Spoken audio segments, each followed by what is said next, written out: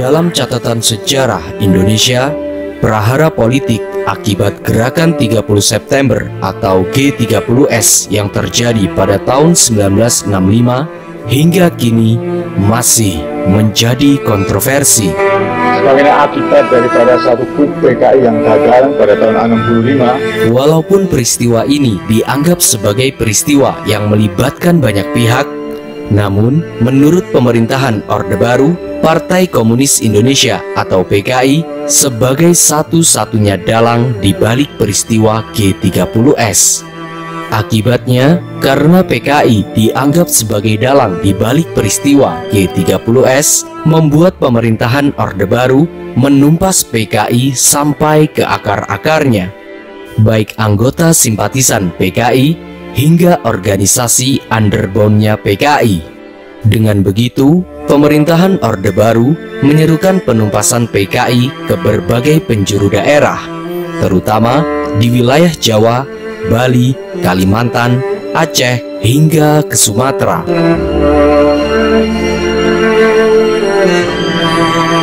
Di Sumatera Utara misalnya, setelah pecahnya tragedi G30S, berbagai aksi teror dan kekejaman terjadi di mana-mana. Salah satunya terjadi di Desa Kolam, Percut Seituan, Deli Serdang, Sumatera Utara, yang mana Desa Kolam ini dianggap sebagai kampung basis PKI oleh warga setempat. Oleh karena itu, warga setempat menumpas dan menghabisi siapapun yang berkaitan dengan PKI, baik simpatisan PKI maupun anggota PKI.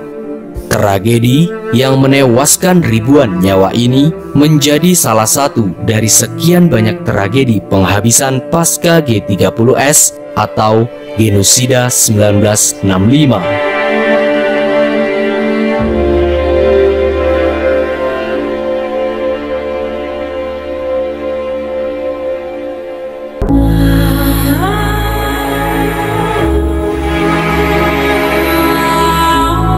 Ini adalah Tugu Pahlawan Ampera yang terletak di Desa Kolam, Percut Seituan, Deli Serdang, Sumatera Utara. Di balik bangunan Tugu Pahlawan Ampera ini menyimpan sebuah kisah yang kelam dalam sejarah Indonesia, baik mereka yang menjadi korban kekejaman PKI ataupun penghabisan massal untuk membasmi orang-orang PKI. Tugu setinggi 6 meter ini terdapat tulisan dua orang yang bernama Muhammad Jakob dan Dr. Andes Adlin Prawira Negara yang merupakan anggota dari organisasi Pemuda Pancasila dan anggota organisasi HMI. Dua anggota ini menjadi orang-orang yang ikut serta dalam membasmi PKI dan juga menjadi korban akan kekejaman PKI.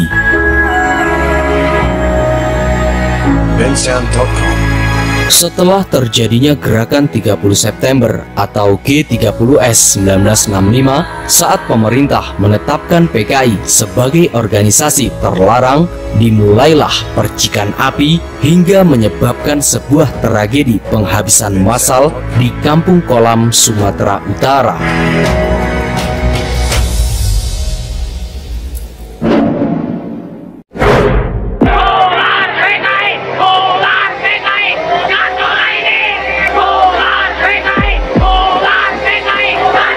Kisah kelam prahara politik akibat tragedi gerakan 30 September atau G30S yang mulanya pecah di Jakarta seketika merembet ke berbagai daerah termasuk ke Sumatera Utara, yang mana terjadi berbagai kerusuhan dalam menumpas sisa-sisa orang yang dianggap sebagai PKI. Dalam penumpasan sisa-sisa PKI yang menumpahkan darah sesama anak bangsa di desa-desa di Sumatera Utara ini terjadi berlangsung sengit, mencekam, dan tragis. Salah satunya terjadi di Desa Kolam, Percut Seituan, Deli Serdang, Sumatera Utara. Berbagai elemen dari militer hingga organisasi yang resah dan anti dengan keberadaan PKI ikut membantu jalannya operasi penumpasan PKI, seperti Pemuda Pancasila, GP Ansor, Nahdlatul Ulama atau NU, Himpunan Mahasiswa Islam atau HMI, dan lain sebagainya. Bahkan, masyarakat sekitar yang resah dengan keberadaan PKI di Kampung Kolam ini ikut serta membantu dalam penumpasan PKI. Dengan begitu, kelompok-kelompok ini membuat satu komando yang dikenal dengan Komando Aksi Pemuda Anti PKI.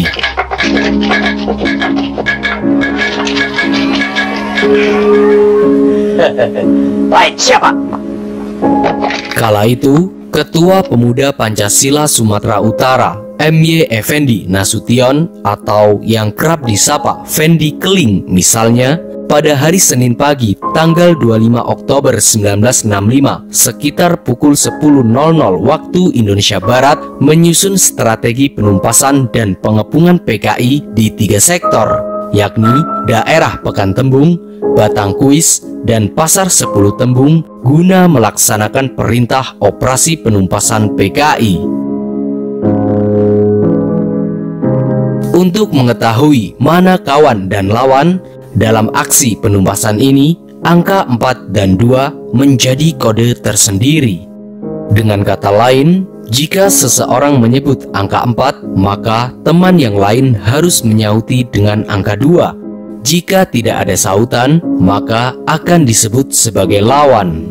Sesuai strategi yang direncanakan, seluruh elemen masyarakat yang tergabung dalam Komando Aksi Pemuda Anti PKI menyerbu secara bersamaan sekitar pukul 14.00 waktu Indonesia Barat. Sesuai rencana yang telah disepakati, sekitar 500 lebih massa yang tergabung dalam satu Komando Aksi Pemuda Anti PKI mulai masuk ke Kampung Kolam yang memiliki luas sekitar 600 hektar. Namun, saat melakukan penyerangan, satu kelompok yang dipimpin oleh Muhammad Jakob dan Adlin Prawiranegara yang melakukan penyerangan dari sektor Pekantembung tidak mengikuti koordinasi penyergapan. Akibatnya, PKI yang memiliki jumlah massa yang juga cukup besar dan lebih menguasai wilayah, dengan mudah dapat melumpuhkan kelompok M. Jakob dan Adlin Prawiranegara.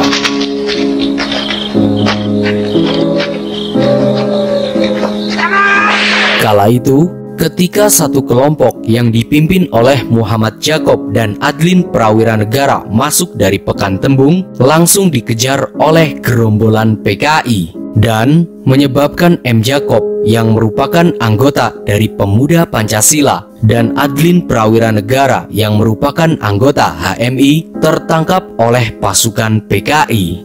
Di lain sisi, setelah memasuki pukul 14.00 waktu Indonesia Barat, tepat tanggal 25 Oktober 1965, sesuai rencana yang telah disepakati, banyak massa yang mulai menyerbu Kampung Kolam dari sudut-sudut yang telah ditentukan untuk menumpas dan menghabisi gerombolan PKI. Bentrokan fisik antara massa anti PKI dan warga Kampung Kolam yang dianggap sebagai PKI akhirnya terjadi.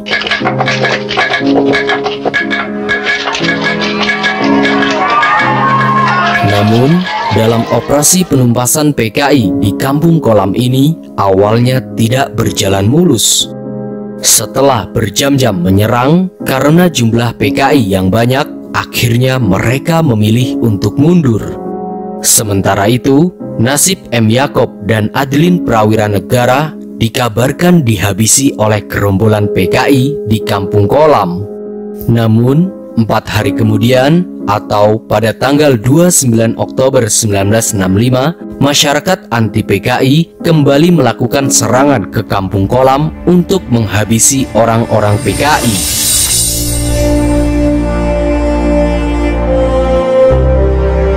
Namun, belum ada keterangan lebih lanjut bagaimana cara para organisasi anti PKI dalam menghabisi PKI di Kampung Kolam, Percut Seituan, Deli Serdang, Sumatera Utara. Meski begitu, menurut sejarawan asal Medan, M. Aziz Rizki, saat diwawancarai oleh tim Suara.com mengatakan ketika terjadi penumpasan di wilayah Sumatera Utara, terdapat beberapa titik penumpasan, di antaranya di Medan dan Deli Serdang, Sumatera Utara.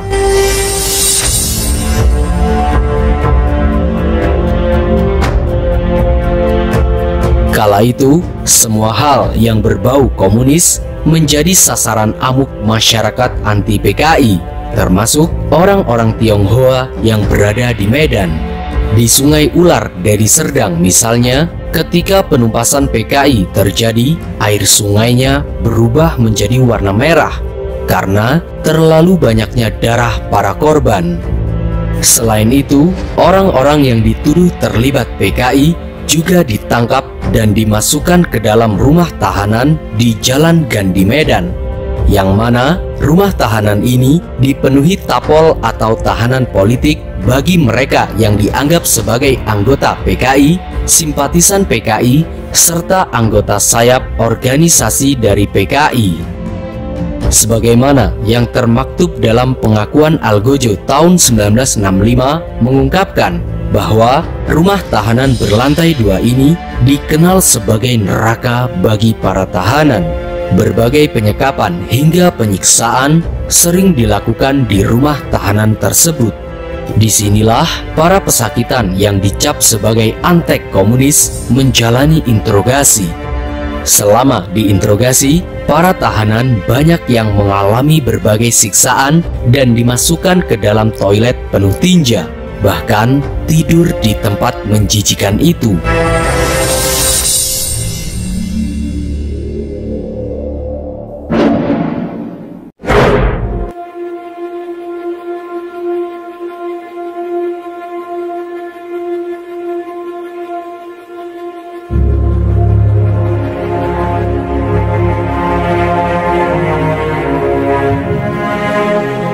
Gerakan 30 September atau G30S yang terjadi pada tahun 1965 telah meninggalkan catatan sejarah kelam bagi bangsa Indonesia. Bukan hanya terhadap mereka yang telah terbunuh dalam lubang buaya, namun juga terhadap mereka yang menjadi korban dalam penghabisan massal pasca G30S 1965 dengan dalih karena terlibatnya G30S, termasuk penghabisan massal di Sumatera Utara. Begitu pula dengan peristiwa penumpasan PKI di Kampung Kolam Percut Seituan, Deli Serdang, Sumatera Utara. Kendati kejadiannya sudah berlalu, ingatan dan trauma peristiwa itu masih terus menggelayuti para pelaku sejarah, khususnya terhadap orang-orang yang diduga sebagai ex-PKI. Bukan hanya terhadap mereka yang telah dianggap sebagai PKI, namun juga terhadap anak turunan mereka yang tidak tahu menahu apa-apa.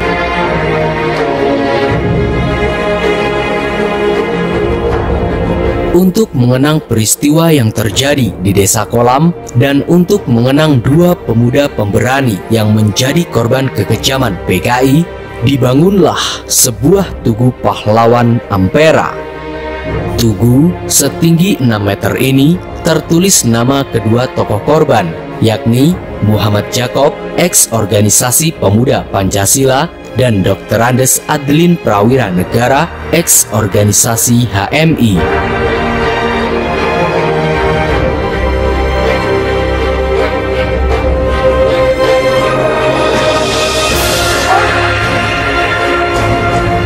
Dari sebuah peristiwa sejarah yang terjadi di masa lalu, kita bisa memetik pelajaran bahwa setiap balas dendam yang dilakukan oleh suatu individu maupun kelompok hanya akan melahirkan balas dendam lainnya tiada henti hingga selamanya.